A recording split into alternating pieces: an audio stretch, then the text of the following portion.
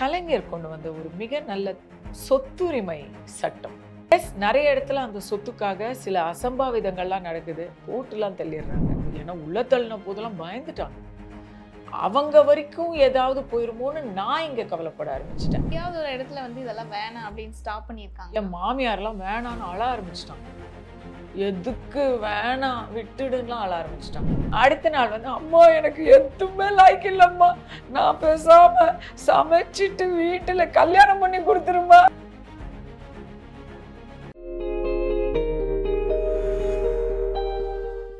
இப்போ நிறைய விஷயங்கள் வந்து ரொம்பவே பரபரப்பாக சூடாக வந்து பேசிட்டோம். கொஞ்சம் இப்போ லைட்டாக வந்து திரும்பவும் வந்து சினிமாவுக்கு போகலாம் அப்படின்னு சொல்லிட்டு. ஸோ இத்தனை வருஷம் வந்து நீங்கள் சினிமா பார்த்தாச்சு, அரசியல் களத்துலேயும் வந்து இப்போ செயல்பட்டுட்டு இருக்கீங்க.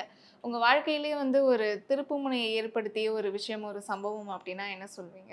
இன்னைக்கு காலையில கூட ரொம்ப அர்ஜென்ட்டா கார்ல ஓட்டிட்டு போய் அதோ அந்த மவுண்ட் ரோடு சென்ட்ரல் போற இடத்துல ஒரு திருப்பம் வருது இல்ல, அங்க திரும்பிட்டேன். ஸோ டெய்லி வாழ்க்கை என்பது பல திருப்பங்கள் நிறைந்தது. இல்லை, ஜோக்ஸ் அப்பாட் ஏதாவது ஒரு சம்பவம் வந்து இருக்கும் இல்லையா உங்கள் வாழ்க்கையில் மறக்கவே முடியாது அப்படின்னு சொல்லிட்டு இப்போ வரைக்கும்? ஐயோ! நிறைய நல்ல விஷயங்கள், நல்ல மெமரிஸ் இருக்குங்க. மணிவண்ணன் சாரோட ஒர்க் பண்ணதெல்லாம் நான் வந்து என்னுடைய பொற்காலம் அப்படின்னு நினைப்பேன். அவருக்கு சினிமாவிலையும் அவர் ஒரு ஜீனியஸ். சினிமாக்கு அப்பாற்பட்டும் ஒரு ஜீனியஸ். தமிழ் ஆர்வம், தமிழ் தேசியம், உணர்வு அதெல்லாம் அவர் அதிகம் உண்டவர். ரொம்ப படிப்பாளி. எனக்கு வந்து என் பிறந்த நாளுக்கு புத்தகம் கொடுப்பார். அவர் போனதுக்கப்புறம் புத்தகம் வர்றதில்ல. நான் ரொம்ப அவரை மிஸ் பண்ணுறேன். மணிவண்ணன் அவர்கள் என்னுடைய பிறந்த நாள் அன்னைக்கு தான் வந்து அவருடைய நினைவு தினம். அதனால் நான் பிறந்த நாள் கொண்டாடுறது கிடையாது. எவ்வளோ நல்ல நல்ல விஷயங்கள், சோ மெனி திங்ஸ் அது. மிஸ் இந்தியா கான்டெஸ்ட்லேருந்து சொல்லலாம். ஒன்று தான் சொல்லணும் அப்படின்னு சொன்னால் நான் எத்தனை சொல்கிறது.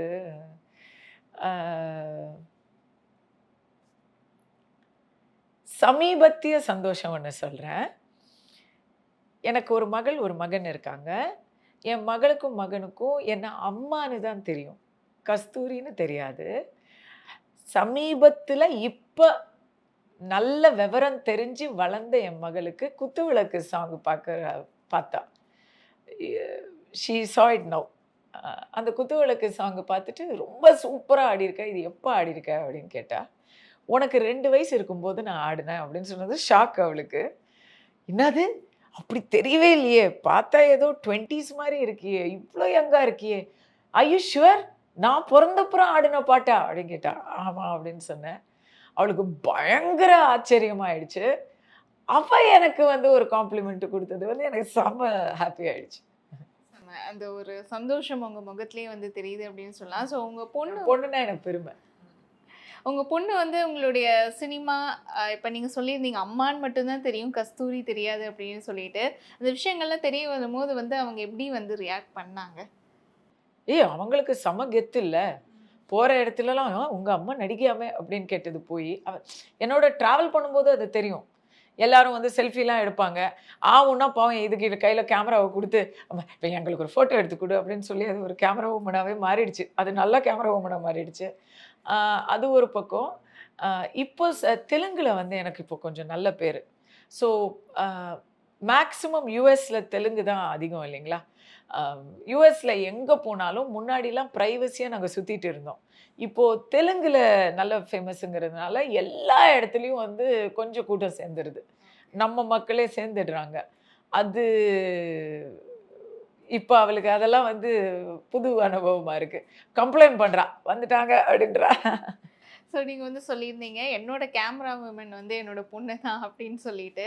ஸோ அவங்கள பற்றி சொல்லுங்கள், என்ன பண்ணிட்டு இருக்காங்க, என்ன இன்ட்ரெஸ்ட் இப்போ அவங்களுக்கு? அவங்களுக்கு ஆக்சுவலி டான்ஸ் தான் ஃபஸ்ட்டு இன்ட்ரெஸ்ட், ஃபஸ்ட்டு பேஷன்.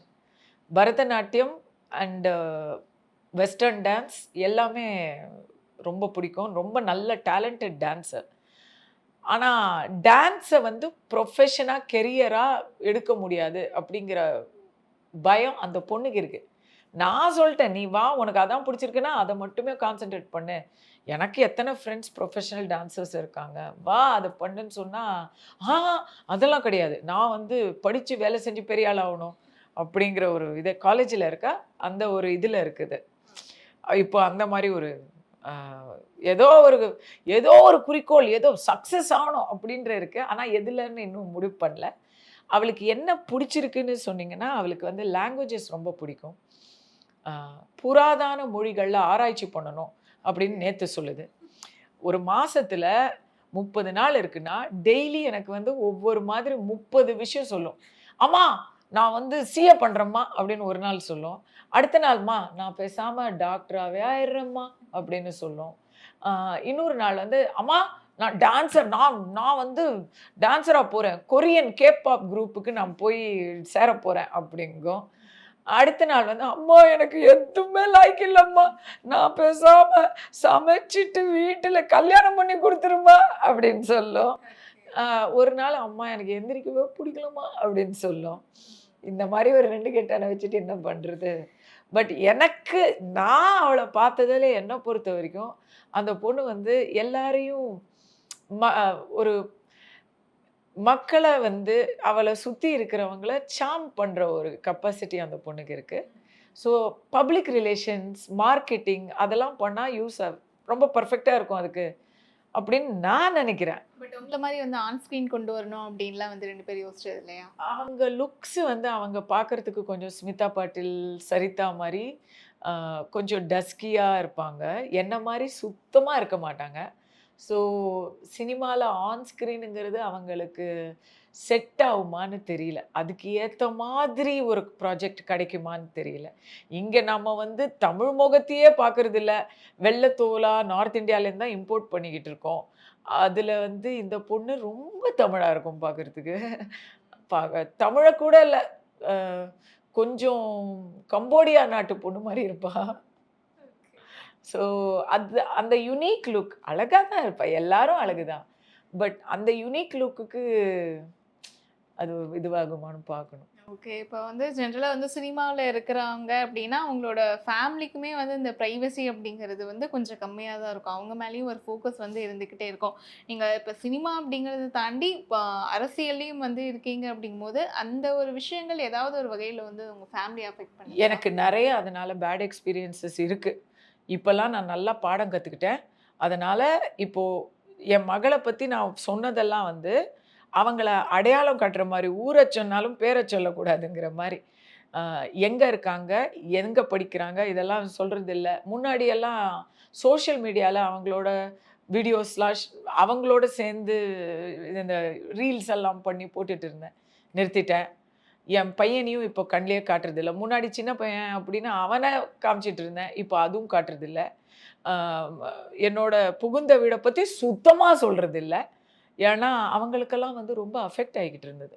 அதனால அவங்கள பத்தி பேசுறதுக்கு 144. ஸோ இப்ப நீங்க சொல்லியிருந்தீங்களே, இந்த விஷயம்லாம் வந்து அஃபெக்ட் ஆயிட்டு இருக்கு அப்படின்னு சொல்லிட்டு, எங்கேயாவது ஒரு இடத்துல வந்து இதெல்லாம் வேணாம் அப்படின்னு ஸ்டாப் பண்ணியிருக்காங்களா? என் மாமியார்லாம் வேணான்னு அழ ஆரம்பிச்சுட்டாங்க. எதுக்கு வேணாம் விட்டுடுன்லாம் அழ ஆரம்பிச்சுட்டாங்க. அதுவும் ஏன்னா உள்ள தள்ளின போதெல்லாம் பயந்துட்டாங்க. அவங்க வரைக்கும் ஏதாவது போயிருமோன்னு நான் இங்க கவலைப்பட ஆரம்பிச்சுட்டேன். யா இப்போ என்னன்னா, ஏதோ நம்ம நல்லா இருக்கும்போது பொறாமைப்படுறதுக்கு 1000 பேர் வருவாங்க. நாம நமக்கு ஒரு பிரச்சனை வரும்போது, நமக்கு உதவி செய்ய வரமாட்டாங்க. பட் நம்ம குடும்பத்தில அவங்க தான் நிம்மதியா இருக்கிறாங்க, வெளிநாட்டுல. அவங்க கிட்ட போய் கூப்பிட்டு போட்டு குடுக்குறதுக்குன்னு 2 பேர் வருவாங்க. ஸோ இமேஜின் தேர் சிச்சுவேஷன். நான் வந்து தைரியம் சொல்லிக்கிட்டே இருக்கேன் அவங்களுக்கு. நீங்க இதெல்லாம் கண்டுக்காதீங்க. நீங்க டிவியே பார்க்காதீங்க. நீங்க வந்து ஃபோனே எடுக்காதீங்க. WhatsApp குரூப்லேருந்து வெளிய வந்துடுங்க. என்ன இப்படி பேசுறாங்க, அப்படி பேசுறாங்க. அதெல்லாம் இன்னும் நீங்க பேசுறதாவது இது அரசியல் கருத்து மட்டும் தான் உங்களுக்கு வந்திருக்கு. பிகாஸ் இப்ப என்ன வந்து இது போலீஸ் ஆக்ஷன்ங்கிறனால உங்களுக்கு அந்த நியூஸ் மட்டும் தான் வருது. காசிப் எல்லாம் வரும். சுத்தமா என்னமோ கண்ணா பின்னான்னு சொல்லுவாங்க. அதெல்லாம் நீங்க பார்க்கக்கூடாது அப்படின்னு சொன்னா, அவங்க ரொம்ப அஃபெக்ட் ஆயிட்டாங்க. அ இப்போ தான் வந்து அவங்களுக்கும் வந்து பழக்கம் ஆயிக்கிட்டு இருக்கு கொஞ்சம் கொஞ்சமா. இது திருந்தாது. சரி நம்ம தான் மனச மாத்திக்கணும் அப்படின்னு they are getting ready. Yes. Okay. இப்போ பொண்ணு பத்தி நெறைய விஷயங்கள் வந்து சொல்லியிருந்தீங்க. So but everybody else in my family is supportive. இப்போ பொண்ணு பத்தி நெறைய விஷயங்கள் வந்து ஸ்வீட்டான விஷயங்கள் சொல்லியிருந்தீங்க. இப்போ பையன பத்தி சொல்லுங்க. என்ன பண்ணிட்டு இருக்காரு அவரு? இப்போ தான் அவனுக்கு பரீட்சை முடிஞ்சுது. அதனால தான் இன்னைக்கு நம்ம இந்த இன்டர்வியூ குடுத்துட்டு இருக்கோம். நேத்து வரைக்கும் நான் வந்து அவனுக்கு டியூஷன் டீச்சரா வேலை செஞ்சுட்டு இருந்தேன். கொடுமையான வேலை. உலகத்திலேயே கஷ்டமான வேலை என் பையனுக்கு படிப்பு சொல்லி தர்றது தான். ஏன்னா, அவன் வந்து கொஞ்சம் ரொம்ப அதி புத்திசாலி தெரியுமா? கேள்வியெல்லாம் கேட்பான். நம்ம ஒண்ணு கத்துக் குடுத்துட்டு இருப்போம். அவன் "ஏன்?" அப்படின்னு கேட்பான். "இல்லையே" அப்படிம்பான். தலைய பிச்சுக்கணும். முடியல. எப்பரா இந்த ஸ்கூல் முடியும் அப்படின்னு நான்லாம் வந்து ஏன்னா இப்பவாவது அவன் சொன்ன எந்த கிளாஸ்ன்னு சொல்ல மாட்டேன்ல. இப்பவாவது குட்டி கிளாஸ்ல இருக்கான். குட்டியா கத்துக் குடுத்துட்டு இருக்கேன். இன்னும் போக போக இது எங்க போய் முடிய போதோன்னு பயந்துகிட்டு இருக்கேன்.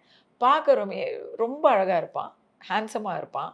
ஆனா அவனுக்கு சுத்து போட்டாலும் சினிமாவுல நடிக்க தேவையான எந்த ஒரு திறமையுமே கிடையாது.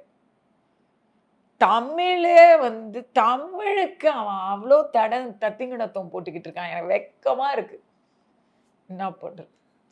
யா எனக்கு இப்போ நான் வந்து தமிழு, அவங்க சைடு தெலுங்கு. நான் தெலுங்கானால தான் உட்கார்ந்துருக்கேன். அவன் தமிழும் பேச மாட்டேன்றான், தெலுங்கும் பேச மாட்டேன்றான். அவன வச்சுட்டு என்ன பண்றது?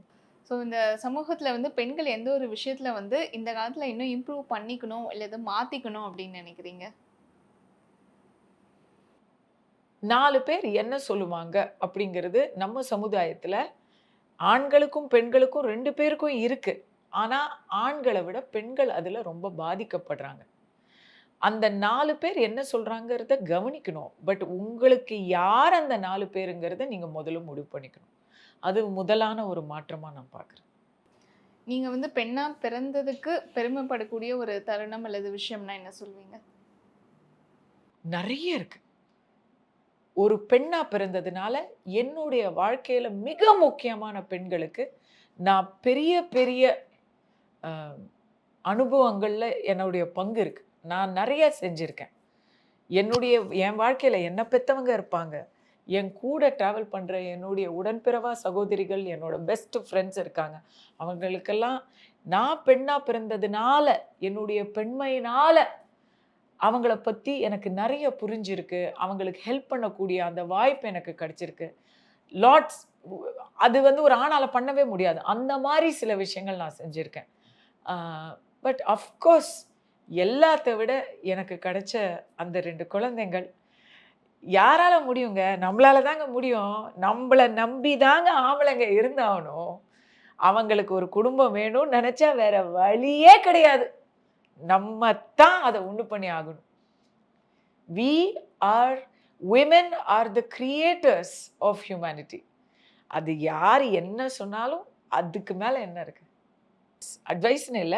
பட் கண்டிப்பா ஃபைனான்ஷியல் ஃப்ரீடம் அப்படிங்கிறது இந்த கவர்மெண்ட்ட நான் ரொம்ப விமர்சிக்கிறேன்ல. கலைஞர் கொண்டு வந்த ஒரு மிக நல்ல திட்டம் சொத்துரிமை சட்டம். It has changed people's lives. Yes நெறைய இடத்துல அந்த சொத்துக்காக சில அசம்பாவிதங்கள்லாம் நடக்குது. போட்டுலாம் தள்ளிடுறாங்க.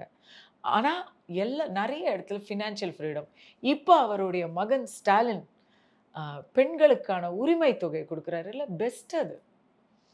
இனி வர்ற எந்த கவர்மெண்ட்டா இருந்தாலும் அத கன்டின்யூ பண்ணியே தீரணும். அப்படி ஒரு முன்மாதிரி திட்டம் அது. ஆ ஃபினான்ஷியல் ஃப்ரீடம்ங்கிறது ஒரு பெண்ண மட்டும் இல்லாம, அந்த பெண்ணை சார்ந்து இருக்கிற குடும்பத்தையும் அ மாத்துதுங்க. ஆம்பளைங்கள நம்பி பயனே இல்ல. அ அவங்களுக்கு பொறுப்பு இருக்கணும்னு நம்ம நெனைக்கவே முடியாது. ஒரு பெண் குடிச்சிட்டு குடும்பத்த வந்து கவனிக்காம போனா, பிள்ளைங்கள படிக்க விடாம செஞ்சா அப்படின்னு நீங்க கேள்வியே பட முடியாது. எங்கேயாச்சும் கோடியில ஒருத்தர் இருக்கலாம். எக்செப்ஷன் இருக்கும். பட் ஆம்பளைங்களால கெட்ட குடும்பங்கள் நெறைய இருக்கு. ஆனா, ஒரு தாயால கெட்ட குடும்பம்னு நீங்க பார்க்க முடியாது. அந்த ஃபினான்ஷியல் ஃப்ரீடம் ஒரு தகப்பன் கிட்ட இருக்கிறத விட, தாய் கிட்ட அந்த பணம் இருந்துச்சு. சாவி குத்து தாய் கிட்ட இருந்துச்சுன்னு வைங்களேன், அ அவங்க அந்த பணத்த வச்சு என்னெல்லாமோ செய்வாங்க. ஒரு ரூ. 100 ஒரு ஆண் கிட்ட இருந்தா 5 நிமிஷத்துல அத எதுலயா செலவு பண்ணிடுவாங்க. ஆனா ரூ. 100 ஒரு தாய் கிட்ட இருந்தா, கண்டிப்பா ஒரு நாள் முழுக்க அதை இழுத்து இழுத்து இழுத்து தன் குடும்பத்துல எல்லாருக்கும் ஏதாவது ஒரு பயனை அவங்க உருவாக்குவாங்க. தனக்கு இருக்காது. ஸோ ஃபினான்ஷியல் ஃப்ரீடத்தை பொறுத்த வரைக்கும் பெண்கள் கண்டிப்பாக சொந்த கால்ல நிக்கணும். நம்முடைய செலவுக்கு, நம்முடைய குடும்பத்துடைய பாதுகாப்புக்கு தேவையான பணத்துக்கு நீங்க தான் பொறுப்பு. உங்க கணவர் சரியில்லைன்னா, நான் ரொம்ப ராடிக்கலா சொல்றேன். உங்க குடும்பத்த பார்த்துக்கணும். அதுக்காக நீங்க வீட்ல இருக்கீங்க. அ உங்களுடைய பெற்றோர், அ உங்களுடைய குடும்பத்தினர், குழந்தைகள் எல்லாரையும் நீங்க பார்த்துக்கிறீங்க. அப்படி பார்த்துக்கிட்டா தான் ஒரு ஆண் வெளிய போய் நிம்மதியா வேலை செஞ்சு சம்பாரிக்க முடியும். அத அந்த ஆண் வீட்டுக்கு கொண்டு வந்து குடுக்கல அப்படின்னு சொன்னா, அந்த ஆணே தேவையில்ல. வேலை வேணுமா? விவாகம் வேணுமா? அப்படின்னு கேட்டீங்கன்னா, உங்களுக்கு அந்த கல்யாணம் தேவையில்ல. குடும்பத்துக்கு லாயக்கா இருக்கிற ஆம்பளை இல்லன்னா, நீங்க நீங்களே அந்த தாய்மானவரா ஆயிடுங்க. இப்ப நெறைய பேர் அப்படித்தானே இருக்காங்க. கட்டாயத்தின் பேர்ல குழந்தைகளுக்கு ஃபீஸ் கட்டணும்னு சொல்லி, அ பாத்ரூம் சானிடேஷன் ஒர்க் தூய்மை பணியாளரா வேலை பண்ணிட்டு இருக்காங்க. எல்லாரும் அத தான் சொல்லுவாங்க. எங்க வீட்ல நல்லா இருந்தா நான் எங்க வரேன்? அப்படின்னு சொல்லுவாங்க. நாம நல்லா இருப்போம். நமக்கு வந்து ஒரு அ சுய சம்பாத்தியம் தேவையில்லன்னு நெனச்சு, முன்கூட்டியே நம்ம ஒரு கெரியர் சாய்ஸ் பண்ணாம இருந்தோம்னு வைங்களேன், நாளைக்கு கட்டாயத்தின் பேர்ல நம்ம வேலை செய்யணும்னு வரும்போதுல, நம்ம நெனைக்கிற மாரி நம்மளால வேலை செய்ய முடியாது. ஏதோ ஒரு இடத்துல போய் கஷ்டப்படணும். அத விட பிளான் பண்ணி சின்ன வயசுலேருந்தே, ஆமா நான் வேலை செய்ய போறேன் அப்படின்னு கெரியர் பிளான் பண்றது பெட்டர். இது எல்லா லேடீஸ்க்கும் பொருந்தும்.